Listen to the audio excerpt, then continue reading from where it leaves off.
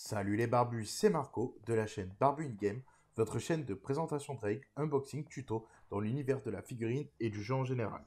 Aujourd'hui, je vais montrer comment peindre Dark Maul pour le jeu Star Wars Légion. Au passage, un petit remerciement à mon pote Toto Lastico, fondateur de l'initiative Star Wars Légion, pour m'avoir confié cette belle figurine. C'est grâce à des gars comme toi, Toto, qu'on a des événements de ouf en France. Alors vraiment, merci. Je commence par appliquer une sous-couche noire à l'aérographe avec du Black Primer de chez Valo. Pas besoin de dilution pour cette peinture, on peut l'utiliser direct. Après, j'applique un zénithal de blanc comme vous pouvez le voir sur la vidéo. J'utilise une buse de 0,3 mm pour faire ceci. Pour commencer, je vais faire ces vêtements à l'aérographe. Pour cela, je fais un mélange de noir et de violet foncé. Le mélange est d'environ 2 tiers pour le noir, 1 tiers pour le violet.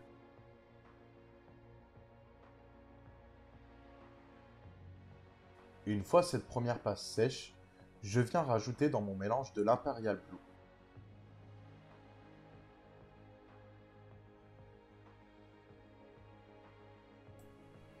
J'ajoute à présent de l'Electric Blue et je commence à faire les premiers éclaircis avec.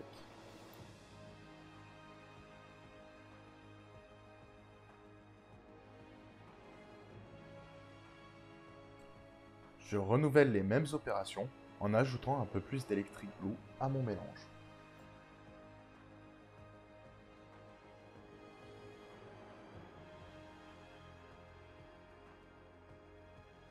Pour les ombres de cette tunique, je vais maintenant faire un mélange de Null Oil et de Druxy Violette, à parts égales. Je viens maintenant poser les bases de son sabre laser. Pour cela, j'applique du graphite grey de la gamme Scale 75. J'applique maintenant un mélange de 50-50 de noir et de Dark Sea Blue afin de créer une nouvelle couleur pour faire ses gants, ses chaussures et sa ceinture. Pour la peau particulière de Dark Maul, j'ai choisi d'appliquer un noir de la gamme de Scale 75. Son rendu est très mat, c'est pourquoi j'utilise cette peinture. Je viens surligner les creux de la tunique avec un mélange de Inktense noir et violet.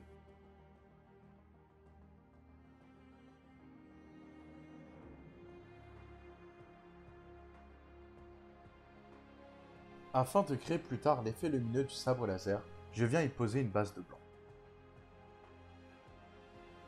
Je vais mettre en avant les plis de la tunique en faisant du highlight en ajoutant du blanc à mon mélange d'origine, qui était composé de noir, violet et de bleu.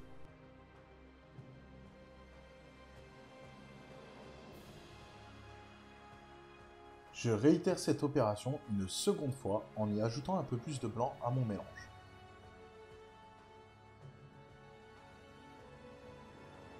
Voici le résultat une fois que nous avons fini tous les éclaircis au blanc.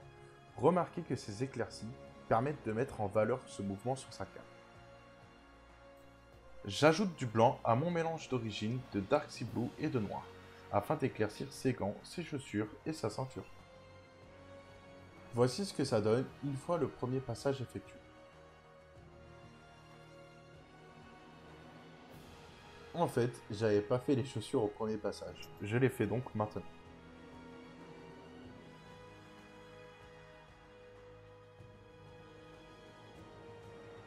Pour mon deuxième passage, je mets maintenant du blanc pur de Valéron et j'applique par petites zones. Petit horizon de la figurine à ce stade. Pour les cornes, je viens appliquer du Xanthori Dust. Pour ses yeux, qui sont toujours aussi chauds à faire devant une caméra, je commence par appliquer une pointe de Deep Red. J'éclaircis le rouge avec de l'Antares Red, toujours en y mettant un petit point au centre de l'œil. Maintenant, j'applique une pointe au centre de l'œil en jaune.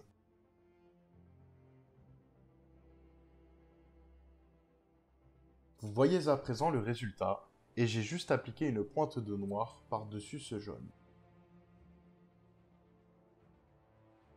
La partie que tout le monde attend, les tatouages de Dark Maul, que je viens faire en deep red pour la première couche. Petit aperçu de la figurine, et on commence à reconnaître notre personnage.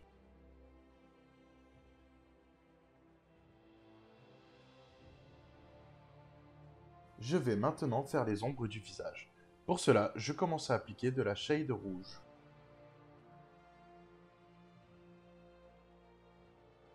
Après, j'applique du nude oil dans le creux du cou et derrière sa nuque.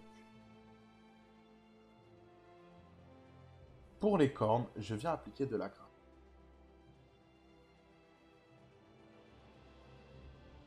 Nous allons maintenant faire ressortir le visage.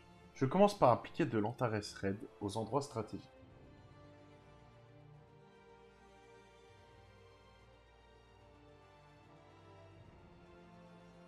Vous voyez le résultat en image.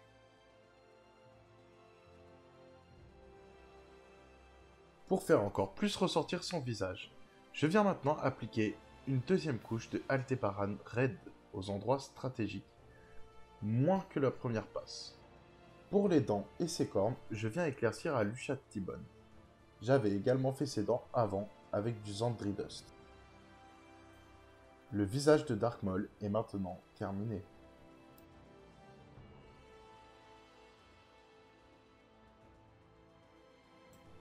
Nous allons maintenant nous occuper de notre sabre laser.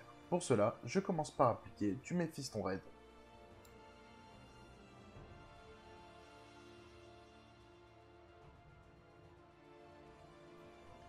Je vais appliquer une première couche de Null Oil sur le pommeau du sabre laser. Celle-ci, une fois sèche, j'en applique une deuxième.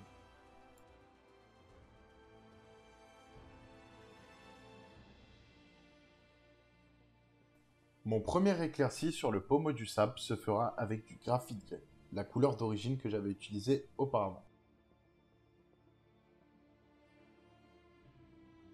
J'applique du blanc pur et je viens le poser aux endroits stratégiques afin de faire un ultime éclaircissement.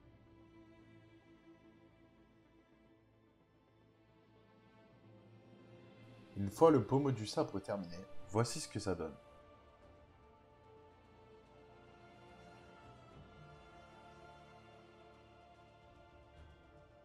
Nous allons maintenant nous occuper des deux sabres laser. Je vais essayer de créer un effet lumineux au rouge, et pour cela je commence par appliquer un peu de Troll Slayer orange dans le Mephiston Red que j'ai posé initialement. Je refais la même chose, mais j'ajoute un petit peu plus de Troll Slayer orange et je restreins ma zone d'application vers le centre du sabre laser. Je réitère cette façon de faire encore une fois en y ajoutant toujours un petit peu plus de Troll Slayer orange, comme vous pouvez le voir sur la vidéo. Enfin, je rajoute maintenant du Fire Dragon Bright dans ce mélange, et je viens encore l'appliquer de la même manière, toujours en effectuant de plus en plus de petites zones vers le centre. Je refais cette opération encore une fois en y ajoutant encore un peu plus de Fire Dragon Bright.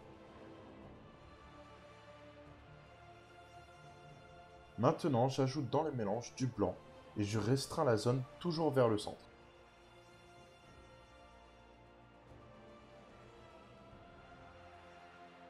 Je recommence ce procédé encore une fois en y ajoutant toujours un peu plus de blanc.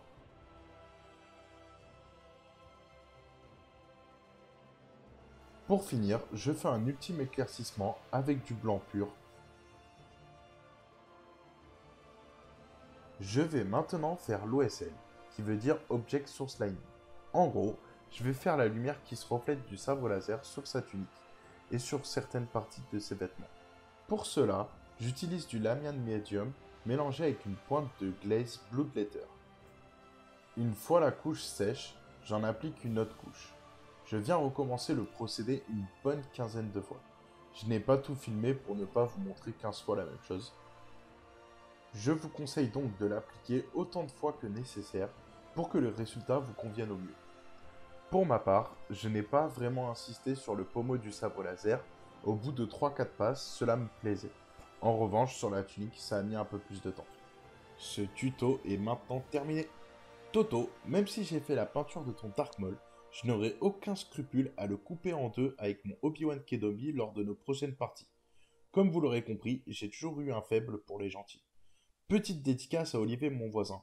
Maintenant, tu n'as plus d'excuses pour peindre Dark Maul. Le tuto existe, les couleurs sont là. Au pire, si tu n'as pas les pots de peinture, dis-moi, je te donnerai d'autres couleurs. Et pour tous les autres barbus, j'espère que vous avez apprécié ce tuto, que ça vous a motivé à peindre vos figurines, ou bien que ça vous a donné des idées pour vos prochaines séances de peinture.